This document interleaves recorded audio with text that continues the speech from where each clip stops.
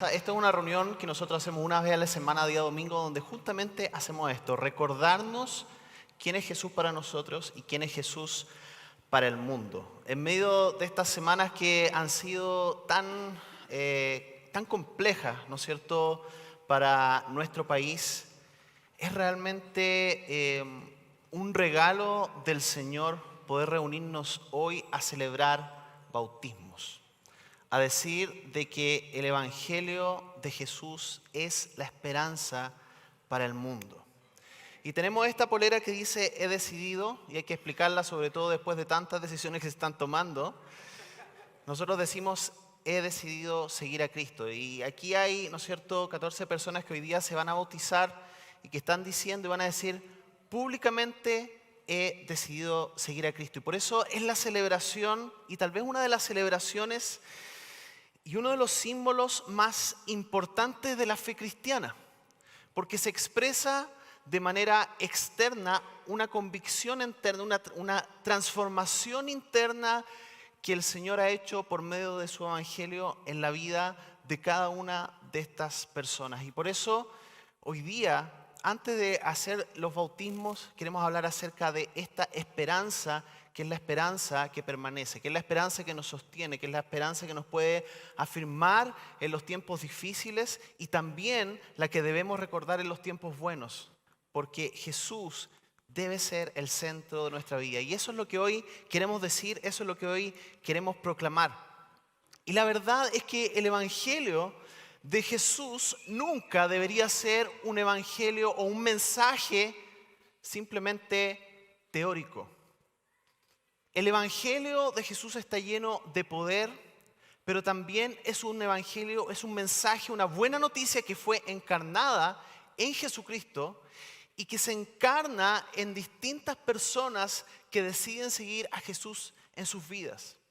Y el mensaje del Evangelio es justamente llevado por personas que están en un proceso de transformación, porque todos aquí estamos en un proceso de transformación, pero que continúan en su vida siguiendo a Cristo y poniendo la mirada de Él. Pero no es una idea teórica, no es una filosofía, sino que es un mensaje que se hace vivo en cada vida de los que estamos aquí reunidos y de los que se reúnen alrededor del mundo proclamando el nombre de Jesús. ¿Sabes qué? Este evangelio de Jesús comenzó a ser predicado cuando Jesús dice, ¿no es cierto?, de que Él va a dar su vida por amor a la humanidad y que todo aquel que ponga la fe en Él va a poder tener esperanza y va a poder tener vida eterna. Y Él lo proclama y luego, ¿no es cierto?, es entregado y se entrega en la cruz por amor a este mundo que sufre y sin esperanza, pero no se queda muerto, sino que resucita, vuelve a la vida. Y ese poder de la resurrección es justamente el que también está disponible para nosotros, para que podamos vivir una vida en el poder de la gracia del Señor, una vida fructífera y también abundante. Entonces hoy día, cuando nuestros hermanos y hermanas bajen aquí, ¿no es cierto?, al bautisterio, que quizás para ustedes primera vez que sabían que teníamos un bautisterio ahí, van a bajar, ¿no es cierto?, y por medio de la fe que ellos han manifestado en Jesús, vamos a sumergirlos en agua, ¿no es cierto?, manifestando de que ellos están muriendo a una vieja manera de vivir, a una vieja naturaleza, y que ahora nacen a una vida nueva en el Señor. Y eso es lo que proclamamos, eso es lo que vamos a hacer, y eso es lo que decimos y que deberíamos, ¿no es cierto?, proclamar en cada lugar donde el Señor nos ha puesto. ¿Sabes que este mensaje del Evangelio fue tan potente que no dependió de la realidad, de las circunstancias que estaban rodeando a los primeros cristianos, una realidad de persecución, sino que este mensaje empezó a drenar los baluartes del Imperio Romano? Y mira, les quiero mostrar una cita aquí, que es de Dioniso de Alejandría, del año 260. Y él se está refiriendo a lo que pasaba en la primera iglesia cristiana. Dice, la mayoría de nuestros hermanos cristianos mostraron un amor y una lealtad sin límites, sin escatimarse y pensando solo en los demás. ¿Qué había pasado? Había una plaga enorme, una plaga tremenda que estaba matando casi un promedio de 5.000 personas diarias en el Imperio Romano. Y lo que sucedía es que los paganos, es decir, los que seguían las religiones del Imperio Romano, se arrancaban de los enfermos, se alejaban de ellos. ¿Qué es lo que hicieron los cristianos? Estuvieron dispuestos a sacrificar su vida por el cuidado de ellos. Dice, sin temer el peligro, se hicieron cargo de los enfermos, atendiendo a todas sus necesidades y sirviéndolos en Cristo. Y con ellos partieron de esta vida serenamente felices porque se vieron infectados por otros de su enfermedad. Y sigue. Los mejores de nuestros hermanos perdieron la vida de esta manera. Un cierto número de presbíteros, diáconos y laicos llegaron a la conclusión de que la muerte de esta manera, como resultado de una gran piedad y una fe fuerte, parece en todo similar al martirio. El mensaje del Evangelio encarnado en personas que entendieron que el amor de Jesús nunca es un mensaje teórico, sino que es un mensaje encarnado. Uno de los emperadores que quería destruir el cristianismo estaba tan enojado con estos cristianos, a los que les llamaba ateos, les llamaban ateos en ese tiempo porque no se afiliaban a la religión del imperio, que le escribió a un sacerdote pagano de los romanos, diciéndole, ¿cómo puede ser que ustedes están dejando que estos cristianos le ganen? Están siendo perseguidos por el imperio, están siendo asesinados, están siendo repartidos por todos lugares, pero ellos están logrando ganarse el favor del pueblo. ¿Por qué? Porque están ahí en medio encarnando el mensaje de Jesús. Y aquí hay un extracto de esta carta que justamente el emperador Juliano envía en el 362 después de Cristo. Y dice, creo que cuando los pobres fueron descuidados e ignorados por los sacerdotes paganos, es decir, los del imperio, los impíos galileos, que son los discípulos de Jesús, tomaron nota y se dedicaron a la beneficencia. Los impíos galileos sostienen no solo a sus pobres, sino también a los nuestros. Un amor encarnado. Porque como dice esta lámina, la esperanza del mundo es el Evangelio de Cristo encarnado. Que es un amor que se hace real en personas como tú, como yo, que deciden dar su vida por Cristo y transformar así la sociedad en la cual están. Pero cuando hay un amor tan radical como el que demostró la primera iglesia, lo que sucede efectivamente es que hay persecución. Hay persecución porque empieza a generar una contracultura con la sociedad tan individualista cuando ven un amor real que se expresa en la vida de las personas. La iglesia desde sus inicios, siguiendo el modelo de Cristo, nunca fue observador del sistema y de las injusticias que lo rodeaban, sino que fueron capaces de crear transformación, muchas veces en silencio, con trabajo perseverante, preocupándose de los más débiles, pero haciendo una transformación encarnada en el mensaje de Jesucristo. En medio de esta crisis social que estamos viviendo, queridos hermanos, hermanas, amigos y amigos, como iglesia cristiana debemos hacernos un profundo cuestionamiento, autocuestionamiento de cuál es el tipo de iglesia que estamos viviendo, cuál es el tipo de amor cristiano que estamos modelando. ¿Estamos haciendo contracultura o estamos simplemente replicando los modelos en cómo hacemos institución, en cómo expresamos la cristiandad en nuestro país? Debemos preguntarnos profundamente. Y creo que muchas esferas, ¿no es cierto?, están en un proceso, como se ha llamado, ¿no es cierto?, esta palabra que se ha usado tanto estas semanas, de reflexión. Y creo que la iglesia cristiana no debe quedar exenta de este proceso de reflexión profundo. ¿Cuánto de lo que hacemos realmente está transmitiendo este evangelio encarnado del Señor Jesús? Debemos repensar cómo estamos viendo a las personas tal vez más desposeídas de nuestra sociedad. Debemos pensar en cómo cuidamos a nuestra tercera edad. Debemos pensar en cómo por medio de distintas acciones podemos también traer nueva dignidad a los enfermos de nuestro país. Y claro, podemos tomar una perspectiva de observadores, pero el Evangelio nunca nos deja estar en esa perspectiva, porque somos la sal y la luz del mundo. Y si la sal pierde su sabor, ¿qué es lo que va a pasar con este mundo que tiene necesidad? Y por eso los primeros que deberíamos estar haciéndonos una autorreflexión de cómo estamos impactando nuestra sociedad somos los discípulos de Jesús aquí en Chile. En Hechos 4, te quiero invitar a que veamos una perspectiva de cómo la iglesia estaba encarnando este mensaje del Evangelio. Y lo puedes buscar en Hechos 4, del 5 al 22. Y voy a leer de la Nueva Traducción Viviente.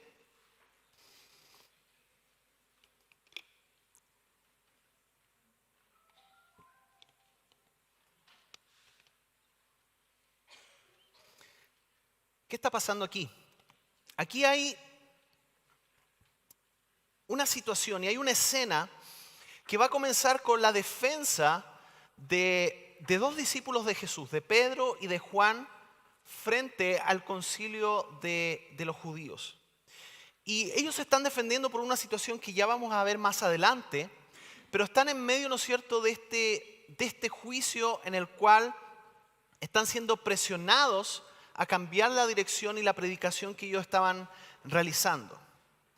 Ellos habían sanado, ¿no es cierto?, un mendigo y están aquí cuestionados por las autoridades. Dice, al día siguiente, en el versículo 5 del capítulo 4, el concilio, integrado por todos los gobernantes, ancianos y maestros de la ley religiosa, se reunió en Jerusalén.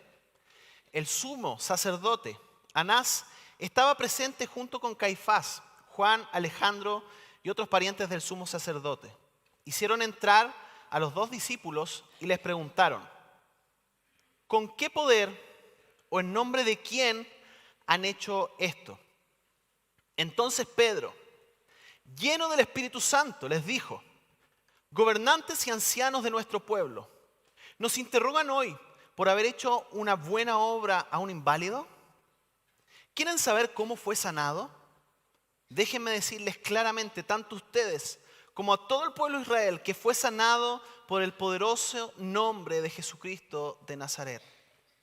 El hombre a quienes ustedes crucificaron, pero a quien Dios levantó de los muertos, pues es Jesús a quien se refieren las Escrituras cuando dicen, la piedra que ustedes, los constructores, rechazaron, ahora se ha convertido en la piedra principal.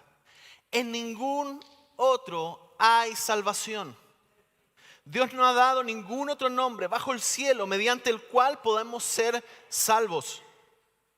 Los miembros del concilio quedaron asombrados cuando vieron el valor de Pedro y de Juan, porque veían que eran hombres comunes sin ninguna preparación especial en las Escrituras.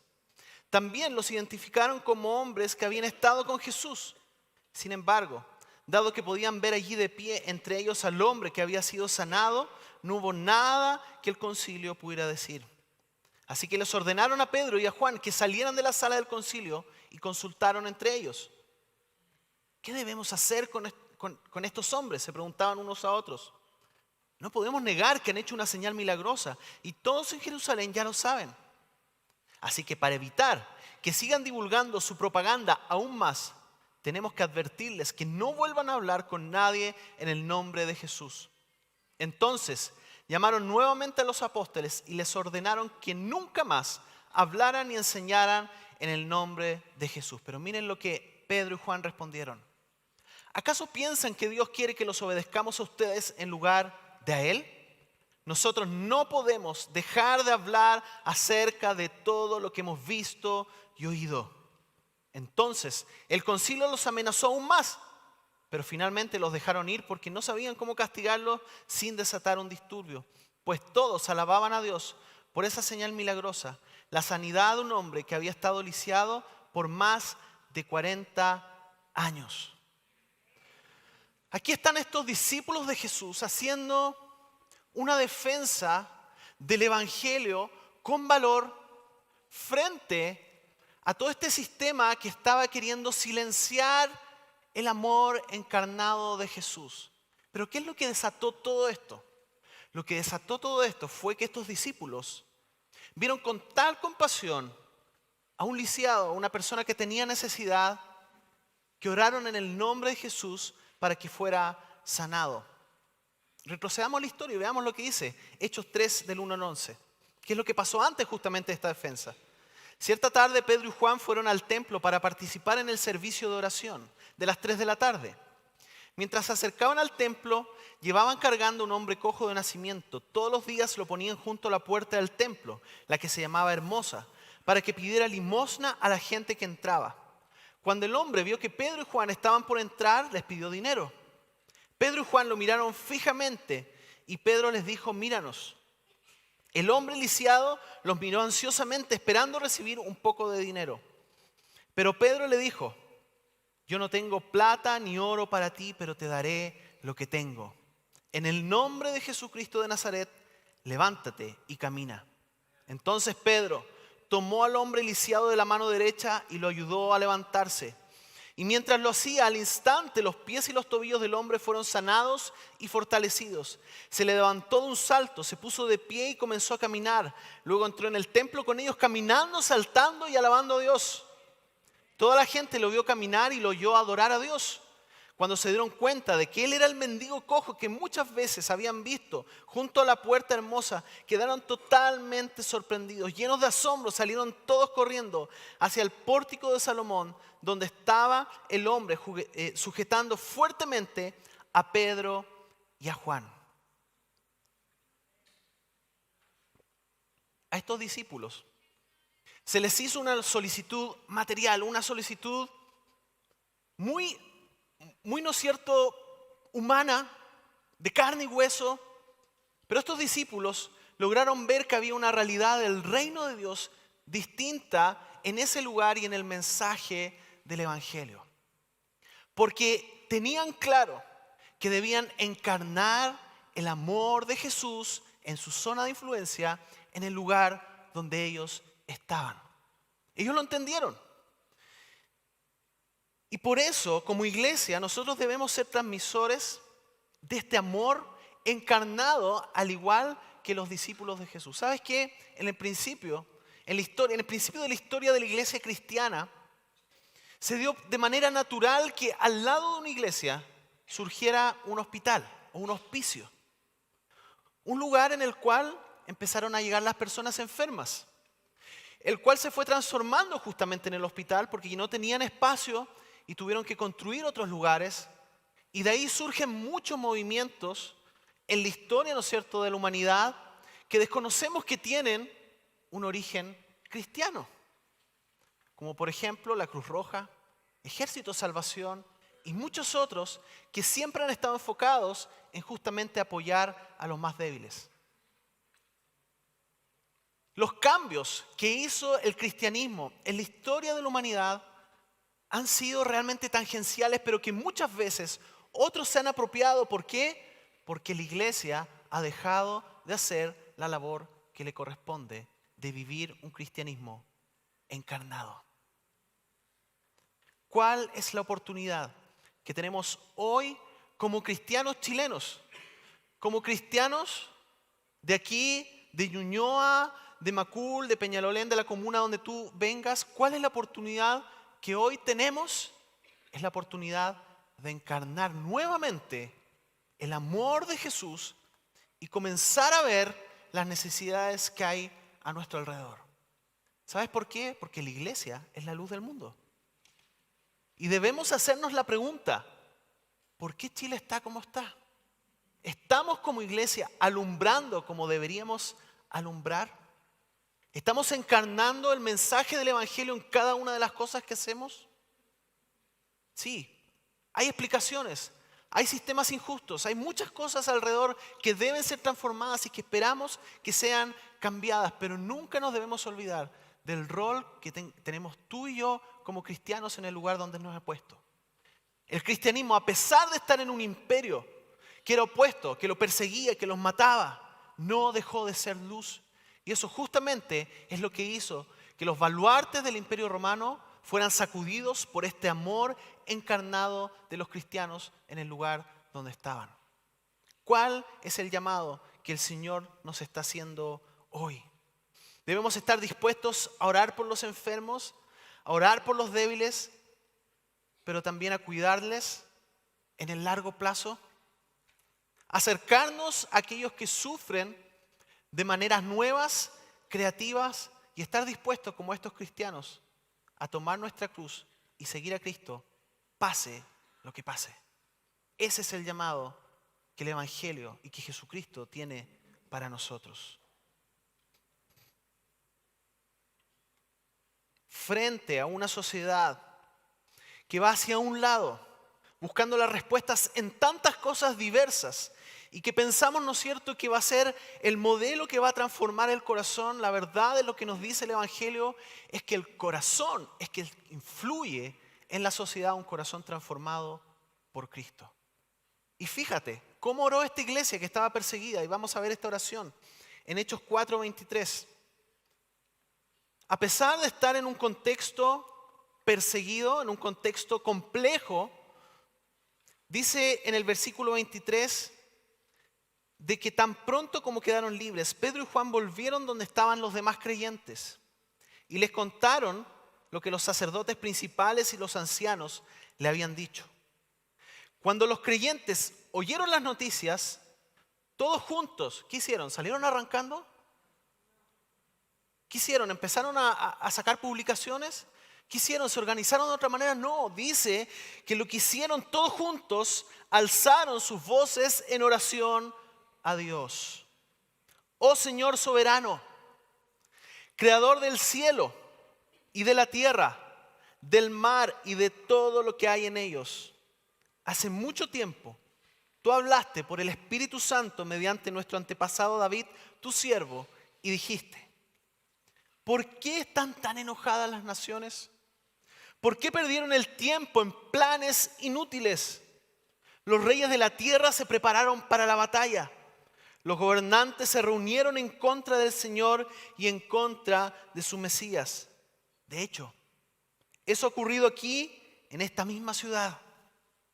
Pues Herodes Antipas, el gobernador Poncio Pilato, los gentiles y el pueblo de Israel estaban todos unidos en contra de Jesús, tu santo siervo, a quien tú ungiste.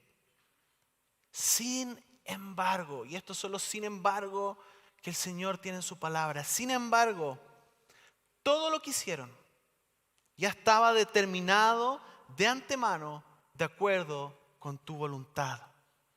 Y ahora, oh Señor, escucha sus amenazas. ¿Y van a orar acá los cristianos por destrucción de los enemigos? ¿Van a orar por el mal para ellos? No, mira lo que dice. Y danos a nosotros, tus siervos, mucho valor al predicar la palabra. Extiende tu mano con poder sanador, que se hagan señales milagrosas y maravillas por medio del nombre de tu santo siervo Jesús. Después de esta oración, el lugar donde estaban reunidos, y esto nos recuerda a Chile, tembló. Y todos fueron llenos del Espíritu Santo y predicaban con valentía la palabra de Dios. En esta oración hay dos categorías, una categoría de alabanza y una de peticiones. Primero, en las alabanzas, ¿qué es lo que recuerdan al comienzo de esta oración? De que Dios es soberano y creador. Él es el que conoce los detalles del universo. Él es el que conoce los detalles del corazón del ser humano. Él es el que conoce los detalles de la cultura y de la sociedad humana. Él es el soberano y creador del universo. El que creó, ¿no es cierto?, la Osa Mayor, el que creó todas las galaxias, pero que también creó la uña rara del dedo chico del pie que todos tenemos. Este es el Dios creador del universo, el Dios soberano. Y también ellos recuerdan una segunda alabanza. Dios tiene la última palabra en la historia. Y si nosotros nos juntamos hoy como pueblo cristiano a proclamar, y lo que vamos a hacer aquí es un acto de proclamación del Evangelio, que tenemos la oportunidad de hacerlo en una iglesia, que tenemos la oportunidad de hacerlo, ¿no es cierto?, con agua calentita. Para los que se habían asustado que estaba fría, es un agua calentita, ¿no es cierto?, que tenemos el privilegio de estar reunidos en libertad pero en otras regiones del mundo no está esa libertad y tú puedes ver fotos de personas que son bautizadas en un barril de lata, proclamando el nombre de Jesús y que probablemente en el momento que sean bautizados van a salir y van a ser asesinados porque traicionaron su fe anterior.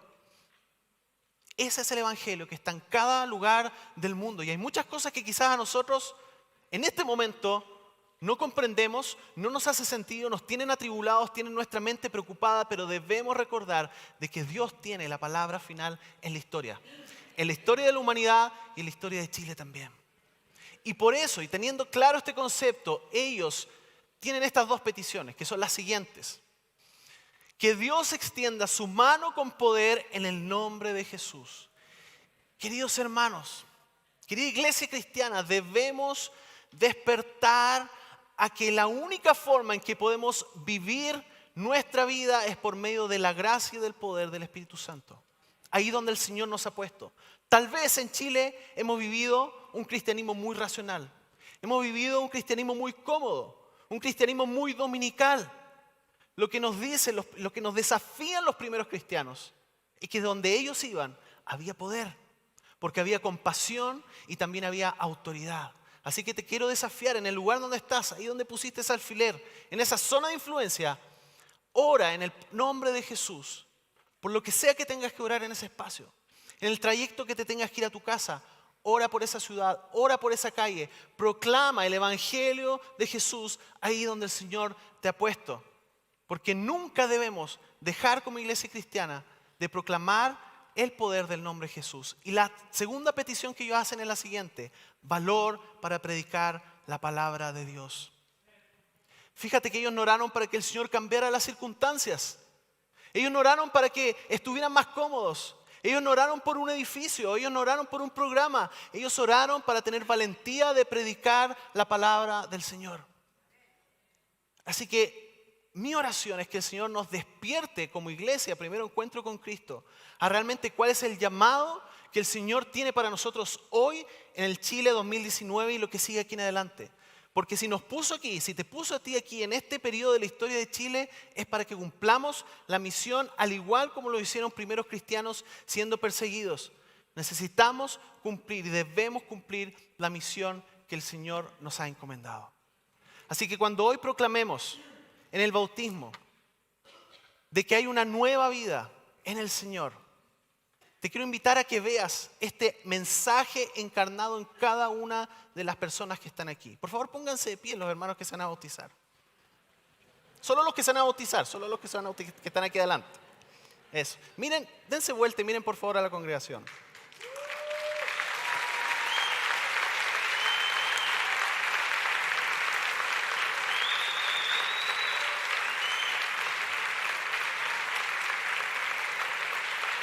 Este es el mensaje del evangelio de Jesús encarnado en ellos. Tomen asiento nomás. Este es el mensaje del evangelio encarnado. ¿Sabes por qué? Porque cuando una persona decide seguir a Cristo y decir, ya no vivo por mis propias fuerzas, sino que quiero seguir a Jesús, cueste lo que cueste, tomar mi cruz y seguir a Cristo, están imitando el modelo de Cristo que está aquí en Filipenses 2. Y que dice lo siguiente: tengan la misma actitud que tuvo Cristo Jesús. Leámoslo juntos. Aunque era Dios, no consideró que el ser igual a Dios fuera algo a lo cual aferrarse. En cambio, renunció a sus privilegios divinos, adoptó la humilde posición de un esclavo y nació como un ser humano.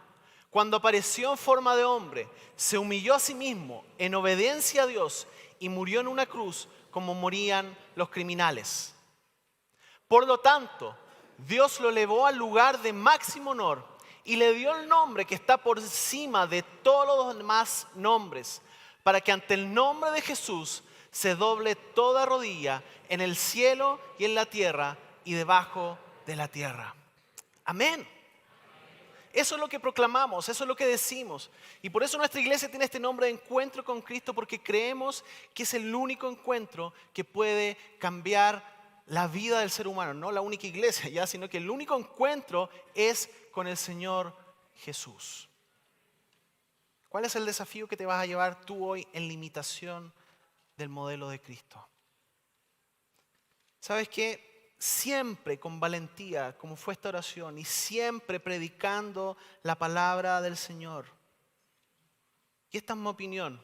Y creo que se desprende, ¿no es cierto?, de lo que vemos de cómo los cristianos siguieron a Cristo. Ellos no esperaron que un sistema cambiara, sino que ellos fueron los que comenzaron a cambiar con actos de amor concretos el sistema donde estaban.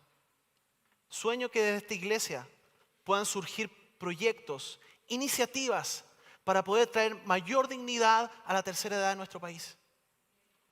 Para poder acoger, para poder visitar. Y sabes que estos no son grandes planes, sino que bastan que simplemente comiences a visitar a esa abuelita que está en tu barrio. Pequeños cambios, que tal vez se deriven en cambios mayores, pero es esa la transformación que debemos hacer en nuestro lugar donde estamos. Proyectos para traer mayor dignidad a los enfermos en nuestro Chile. Hay hermanas de damas de blanco que están aquí, ¿no es cierto?, aquí en esta iglesia y que visitan semanalmente, diariamente, de manera voluntaria, enfermos en los hospitales. Y muchas otras personas que también lo hacen aquí. Traer dignidad a esa persona. ¿Será que tenemos que ir a pintar, a cambiar los muebles de una sala de emergencia, tal vez de aquí de Ñuñoa? No sé. ¿Cuáles son estas pequeñas cosas concretas que debemos hacer, proyectos en los cuales sí podemos hacer transformación? ¿Cuáles son las cosas, las actitudes propias que nos van a ayudar a romper los círculos de pobreza? De las relaciones que están rotas entre los que tienen más y los que tienen menos. ¿Qué es lo que vamos a hacer? ¿Qué es lo que vas a comenzar a hacer tú para marcar esa diferencia? Ese es el amor encarnado que el Señor quiere. Ese, como dice ahí, la esperanza del mundo es el evangelio de Cristo encarnado y tú puedes encarnar este mensaje. Cuando veamos ahora a nuestros hermanos y hermanas descendiendo al bautisterio, tengamos en mente que cada una de estas vidas está diciendo, ¿sabes qué? Yo quiero ser un amor encarnado de Jesús en este mundo que sufre. Oremos. Señor, en esta hora te damos gracias porque podemos celebrar la verdad de tu evangelio. Gracias, Padre, porque tú nos pusiste en este momento de la historia de nuestro país. Y yo te quiero pedir, como oraron los primeros cristianos, que nos des valentía para predicar la palabra con autoridad, con poder, sabiendo de que tú eres el Señor de la historia. Oramos en el poderoso nombre de Jesús. Amén.